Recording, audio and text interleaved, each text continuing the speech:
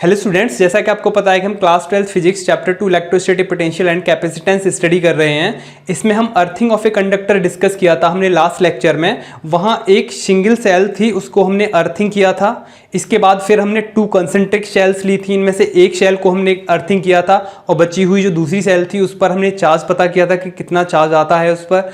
इसके बाद अब हम जो डिस्कस करने वाले हैं, यहाँ 3 कंसेंट्रिक शेल हैं और यहाँ 2 कंसेंट्रिक शेल को हमने चार्ज दिया है और जिसे हम अर्थिंग करेंगे उसका हम चार्ज कैलकुलेट करेंगे और सभी के सरफेसेस पर चार्ज हम कैलकुलेट करेंगे अलग अलग कि सभी जो 3 कंसेंट्रिक शेल्स हैं उनके सरफेसेस पर कितना कितना चार्ज आया, उनके दोनों ही सरफेसेस पर, इनर सरफेस और आउटर सरफेस। ठीक है, तो कुछ इस तरीके से होगा हमारा जो एग्जाम्पल है। एक क्वेश्चन समझ सकते हैं आप इसको। ओके, ये सबसे पहले एक शेल ए है, इसकी एक कंसेंट्रिक शेल बी है, एक शेल सी है। ए की रेडियस स्मॉल ए, सेकेंड शेल जो है इसकी रेडियस स्मॉल बी और थर्ड शेल की जो रेडियस है वो स्मॉल सी है। हमने यहाँ पर जो शेल बी है इसको हमने यहाँ अर्थिंग किया हुआ है और जो चार्ज है वो गिवन है हमें। शेल ए पर चार्ज गिवन है Q1 और शेल सी पर चार्ज गिवन है Q2। ओके, अब हमें क्या बताना है? हमें बताना है ये जो तीनों ही शेल्स हैं इनके सभी सरफेसेस पर कितना कितना चार्ज आएगा। जैसे शेल बी है, इसका जो इनर सरफेस है उस पर माना हमने कि Q3 चार्ज आया और इसका जो आउटर सरफेस है इस पर सपोज किया Q4 चार्ज आया। ठीक है, ऐसे ही ये जो सी शेल है इसको Q2 चार्ज गिवन दिया है हमने। अब लेकिन ये डिस्ट्रीब्यूशन कैसे होगा इसका वो हमें पता करना है, तो हमने कंसीडर कर लिया कि इसका जो इनर सरफेस है उस पर आया Q5 चार्ज। ओके, और इसका जो आउटर सरफेस है उस पर आया Q6 चार्ज। ठीक है, तो हमें जो वैल्यूज पता करनी है Q1 Q2 गिवन है हमको। ठीक है, Q1 और Q2 के टर्म्स में हमको कैलकुलेट करना है Q3 Q4 Q5 और Q6। इन वैल्यूज को हमें कैलकुलेट करना है, मींस इनके सभी सरफेसेस पर हमको चार्ज पता करना है कि कितनी वैल्यू होगी उसकी। देखिए, सबसे पहले हम स्टार्ट करते हैं शेल ए से। शेल ए की बात करें तो ये जो चार्ज है Q1 ये इसके आउटर सरफेस पर ही रहेगा। सिंपल है, क्योंकि इसके अंदर इलेक्ट्रिक फील्ड 0 रहता है। किसी भी शेल के अंदर इलेक्ट्रिक फील्ड 0 होता है, किसी भी चार्ज कंडक्टर के अंदर इलेक्ट्रिक फील्ड 0 होता है। और फिर भी हम इसे यहाँ एक बार डिस्कस कर लेते हैं, आपको समझ में आ जाएगा क्लियरली। ठीक है, ये शेल ए है और इसको हमने Q1 चार्ज दिया हुआ है। अगर हम जो शेल ए है इसको थोड़ा सा जूम करें, इसके जो मटेरियल को जूम करें, क्योंकि इसके मटेरियल के अंदर तो इलेक्ट्रिक फील्ड 0 होगा ना, है ना। कोई भी चार्ज कंडक्टर है उसके चार्ज कंडक्टर के मटेरियल में जो इलेक्ट्रिक फील्ड है वो क्या रहता है? 0 रहता है। तो ये जो आपको रेड दिख रहा है ना, सॉरी ये जो ब्लैक दिख रहा है इसको थोड़ा सा बड़ा कर दिया मैंने, जूम कर दिया। ये इसका मटेरियल है। तो ये कंप्लीट जो मटेरियल है, शेल ए को ले लिया मैंने, केवल शेल ए को उठाया है और शेल ए के जो मटेरियल है उसमें इलेक्ट्रिक फील्ड 0 है। ठीक है, इलेक्ट्रिक फील्ड 0 है। तो अगर हम यहाँ से गॉसियन सरफेस ड्रॉ करें जहाँ पे इलेक्ट्रिक फील्ड 0 है, इसमें पूरे ही रीजन में इलेक्ट्रिक फील्ड 0 है और मैंने क्या किया, एक इलेक्ट्रिक फील्ड यहाँ पे एक गॉसियन सरफेस ड्रॉ किया। ठीक है, इसके मटेरियल से, ठीक है, मटेरियल से होके एक इलेक्ट्रिक गॉसियन सरफेस ड्रॉ किया हमने और फिर पता किया जब इलेक्ट्रिक फील्ड 0 ही है ना, तो अकॉर्डिंग टू गॉस लॉ क्या होगा? Q इनसाइड, है ना, upon epsilon naught equals to क्या होता है?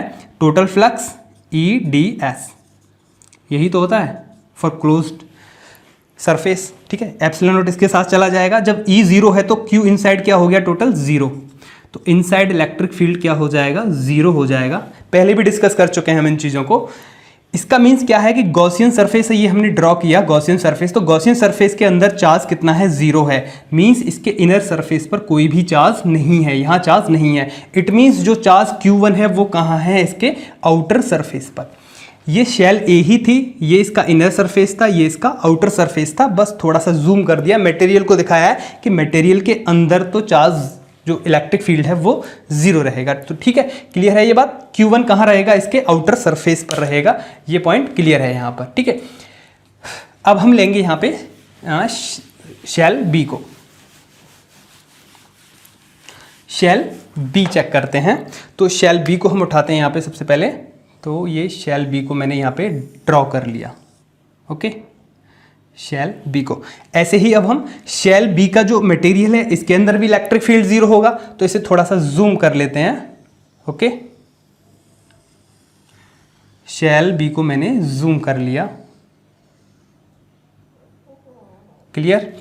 शेल बी है ये, शेल बी का एक इनर सरफेस है ये और एक आउटर सरफेस है। ये इनर सरफेस है शेल बी का और ये आउटर सरफेस है शेल बी का, क्लियर है बात। और इसके अंदर कौन है, शेल ए, शेल ए इसके अंदर है जस्ट, ठीक है।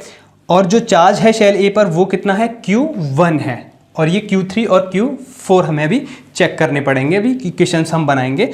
अब एक्चुअल में क्या है कि जो मटेरियल है बी का, इसके अंदर तो इलेक्ट्रिक फील्ड जीरो है ना, बी जो शेल है इसका जितना भी मटेरियल पार्ट है ये, इस पूरे मटेरियल पार्ट में इलेक्ट्रिक फील्ड क्या है, जीरो है। और वो कब जीरो होगा, हम यहाँ से एक इलेक्ट्रिक, वही पहले की तरह से एक गॉसियन सरफेस ड्रॉ कर देते हैं, ओके। अब इस गॉसियन सरफेस के अंदर जो इलेक्ट्रिक जो चार्ज होगा वो कितना होगा, जीरो होना चाहिए। वो ये जीरो कब होगा, जब गॉसियन सरफेस के अंदर पहले की तरह से फिर से गॉस लॉ लगाएंगे तो यहाँ पे क्या होगा, इस गॉसियन सरफेस के अंदर इस पूरे रीजन में जो चार्ज होगा वो क्या होगा, जीरो होगा। वो कब पॉसिबल है कि यहाँ Q1 है तो इसका जो इनर सरफेस है इस पर माइनस Q1 चार्ज होना चाहिए, तो ये दोनों मिला के कितना हो जाएगा, चार्ज जीरो। तभी पॉसिबल है कि इसके मटेरियल में जो इलेक्ट्रिक फील्ड है वो जीरो रहेगा। तो इट मीन्स हम कह सकते हैं कि शेल बी के इनर सरफेस पर चार्ज कितना होगा, -Q1, क्लियर है बात, -Q1। तो Q3 इक्वल्स टू कितना हो जाएगा, -Q1। तो इस चीज को हम यहाँ नोट कर लेते हैं कि Q3 equals to -Q1। Equation number 1 हमें यहाँ मिल चुकी है, ठीक है, क्लियर है बात हमें, ठीक है। Q4 को अभी हम इक्वेशंस बनाएंगे, वहां से इसे सॉल्व करेंगे। तो ए और बी, अब फिर से हम सी को पकड़ेंगे और सी को जूम करेंगे, फिर एक इक्वेशन बनाएंगे हम यहाँ पे, ओके। शेल सी को लेंगे और फिर उसे जूम करेंगे, फिर इक्वेशन बनेगी एक और, क्लियर है। Q3 हमें मिल चुका है, शेल सी को हमने लिया यहाँ पे, शेल सी को, shell C, this is shell C, ठीक है। इसे भी हम जूम कर देते हैं, बिकॉज इसके अंदर भी जो इलेक्ट्रिक फील्ड होगा इसके मटेरियल में वो क्या होगा, जीरो होगा। और वो कब पॉसिबल होगा, उसके अंदर जितने भी सरफेस होंगे सभी को मिला के चार्ज, नेट चार्ज क्या रहेगा, जीरो होगा। फिर से हम यहाँ पे एक गॉसियन सरफेस ड्रॉ करेंगे, ठीक है। ये शेल सी को लिया हमने और शेल सी के मटेरियल से होके हमने एक गॉसियन सरफेस ड्रॉ किया, ठीक है। गॉसियन सरफेस हमने यहाँ ड्रॉ कर लिया। अब इसके अंदर है कौन कौन, शेल सी के अंदर कौन कौन है, एक तो ये है शेल बी, ठीक है, शेल बी है, शेल बी, और एक शेल ए है, शेल ए, दिस।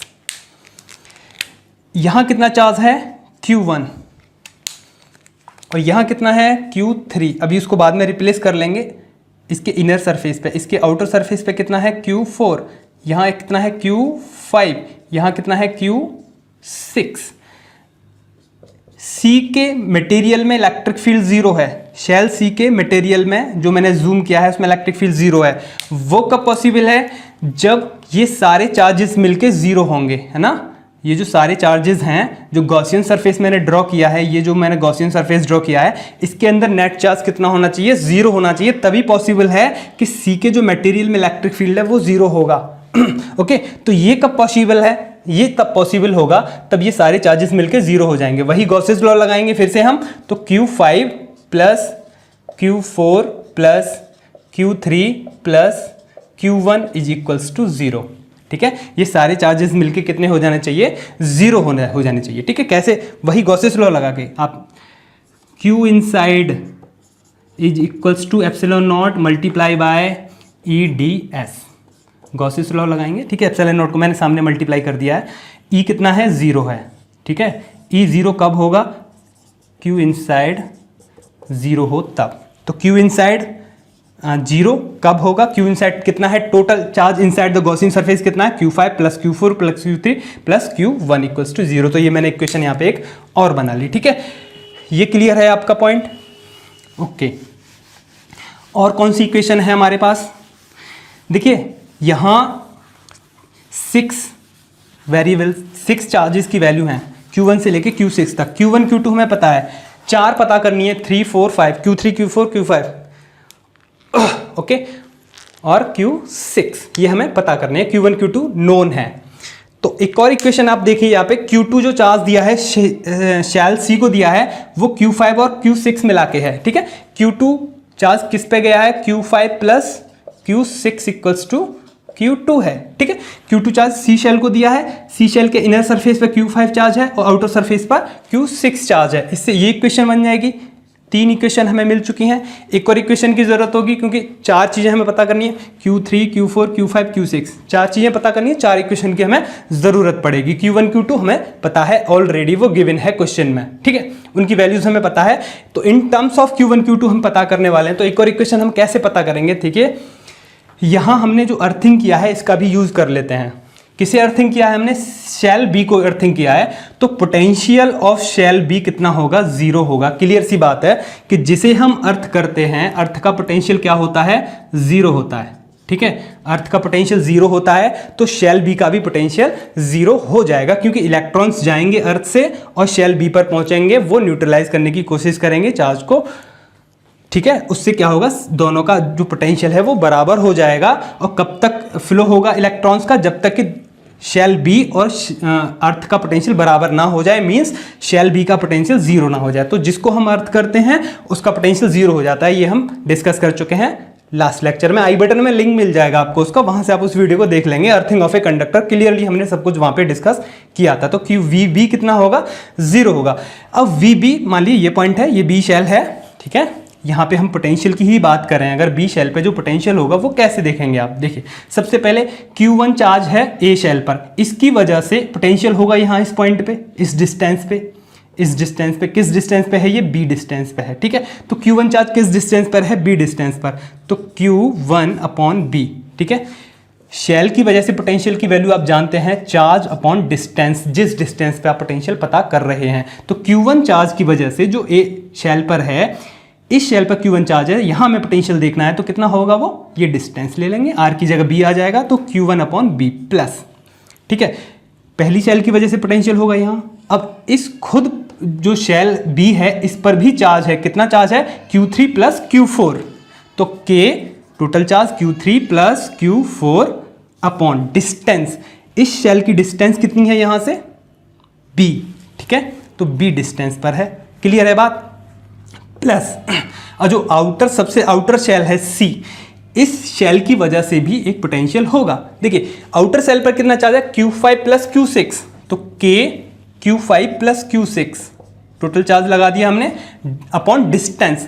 तो आउटर शेल पर जो चार्ज है Q5 प्लस Q6 वो सेंटर से किस डिस्टेंस पर है, C डिस्टेंस पर, क्योंकि C उसकी रेडियस है, ठीक है।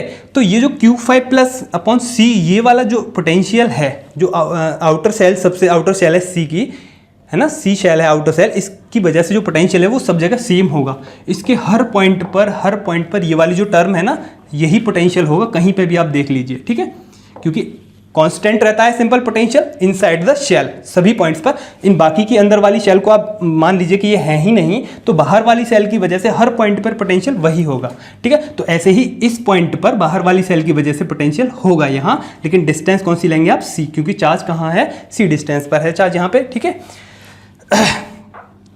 तो क्लियर है ये बात, इक्वल्स टू 0, तो VB इक्वल्स टू 0 चल रहा है, तो VB कितना है टोटल, ये है VB इक्वल्स टू 0। अब हमें ऐसे बस सॉल्व करना है यहाँ पे, और 4 इक्वेशन हमें यहाँ पे मिल जाएंगी। अब देखिए K कैंसिल आउट हो जाएगा पूरी इक्वेशन से, Q1 अपॉन बी को हम उधर ले जाते हैं, Q3 plus Q4 upon b plus K को कॉमन लेके बाहर कर दिया, Q5 plus Q6 upon C is equals to, इसे हम उठा के सामने ले जाते हैं राइट साइड में, तो minus Q1 upon B. Clear है ये बात, okay, equals to this. b को यहाँ से मैं हटा देता हूँ, तो b से मल्टीप्लाई कर देते हैं इस पूरी इक्वेशन में, तो ये तो b कैंसिल हो जाएगा, एक b हमें यहाँ मिल जाएगा, और एक b से यहाँ मल्टीप्लाई होगा, तो ये b कैंसिल हो जाएगा। तो यहाँ से मुझे जो इक्वेशन मिलेगी उसे मैं यहाँ लिख देता हूँ, Q3 plus Q4 plus b upon C Q5 plus Q6, Q5 plus Q6 is equals to minus Q1। एक इक्वेशन हमें ये मिल गई। तो टोटल कितनी इक्वेशंस मिल गई हमको? 4 इक्वेशंस। ठीक है, 4 इक्वेशंस हमें मिल चुकी हैं। चलिए अब इन 4 इक्वेशन से 1 2 3 4, इन 4 इक्वेशन से हम क्या कैलकुलेट करने वाले हैं? Q3 Q4 Q5, Q3 Q4 Q5 और Q6। देखिए ये जो Q1 है ये तो गिवन होगा, मैं इसको सामने ले जाता हूँ यहाँ से हटा के, तो यहाँ इसको हम राइट साइड में ले जाएंगे तो ये माइनस Q1 करके हो जाएगा।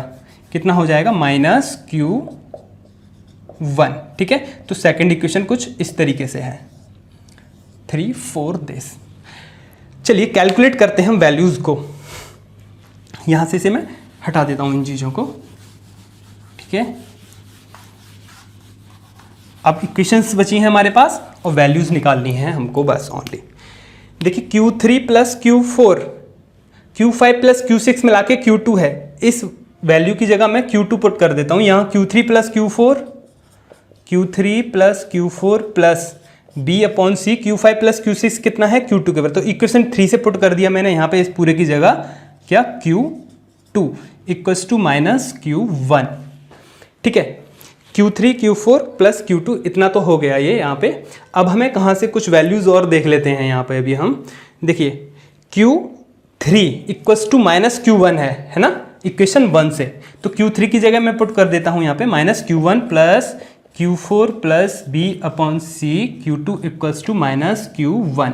तो ये माइनस Q1 कैंसिल आउट हो जाएंगे और Q4 कितना आ जाएगा? ये इधर पहुँच जाएगा तो माइनस B अपॉन सी Q2।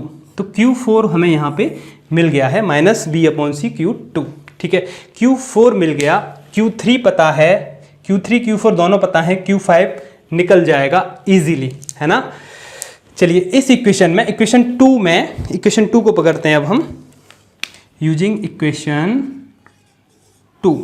ओके, इक्वेशन 2 को लेके चलते हैं। Q5 plus Q4